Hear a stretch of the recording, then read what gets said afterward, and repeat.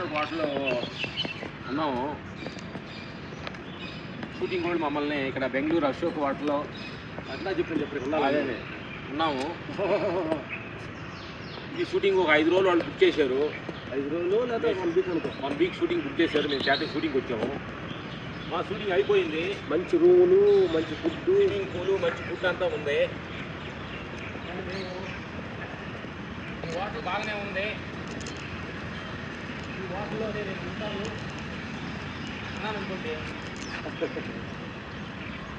ఇస్తాడా నిన్ను 5 రోజుల తర్వాత నేను ఉంటాను ఏడిస్తే కానీ గాలి పెడితే ఒక రోజు ఇస్తాడు. నేను కోడలు అడ్డం పడితే వాటిలో వాళ్ళు ఏదో చాలా నుంచి వస్తాడు కానీ 10 మంది కూడా 1 రోజు ఉడుతాడు.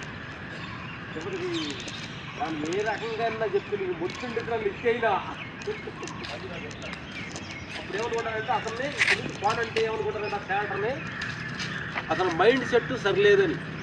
అంటే అతనికి ఉన్న 4 రోజుల్ని కరెక్ట్గా వాడుకొని అయిపోయినప్పుడు వెళ్ళిపోవాల్సిన బాధ్యతని విస్మరిస్తున్నాడంటే ఇంకా ఏడుస్తాను ఏడే అశోక్ వాటర్ కొట్టుకొని నేను ఏడే ఉంటాను ఏడిస్తే ఇతను మతి సంబంధం లేదు అని అంటారనమాట. అలాగే నా మిత్రులారా, అదే దేహంలోకి రండి. 100% ఈ దేహంలో కొన్నాళ్ళు జీవించావు, ఏదైతే పిల్లలకి అన్నావు, ఏదో ఉద్యోగం చేసావు, నీకు తెలిసింది చేసావు, కానీ దేహం సమయం వచ్చినప్పుడు పోతుంటే ఏడుస్తుంటే అది ఉంటుంది. అంటే నా మిత్రులారా, ఏ సమయం ఏమైనా ఎందువల్లంటే ప్రకృతికి ఒక ధర్మం ఉంది.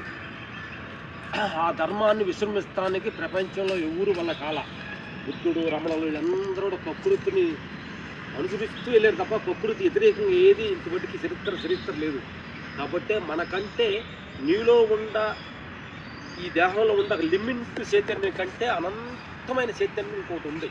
నీకంటే పెద్దది బడా. కాబట్టి దాని అందరూ ప్రతి మనిషి దాన్ని కట్టుబడి దేహ పరిమితిలోనే జీవించి తర్వాత అంతలో కలిసిపోవటమే చివరి గోల్ అనేది ఈ సందర్భంగా తెలుసుకున్నాం. కాబట్టి ఏ సమయం ఏం జరగాలో, ఏ సమయం ఏం జరుగుతుందో అంతా కూడా యాక్సెప్ట్ చేసుకుంటూ దాన్ని ఆనందంగా జీవించుకుని కోరుకుంటూ ఈ ఉండన్నాళ్ళు, ఈ దేహంలో ఉండన్నాళ్ళు హ్యాపీగా ఆనందంగా ఉండన్నాళ్ళు ఉండి ఎప్పుడైతే భగవంతుడు వికెట్ చేయమన్నాడో ఆ వికెట్ని హ్యాపీగా అందరికీ సెండ్ ఆఫ్ చెప్పి వెళ్ళేది ఆత్మ జ్ఞానం, ఆత్మ పరిచయం. Thank you.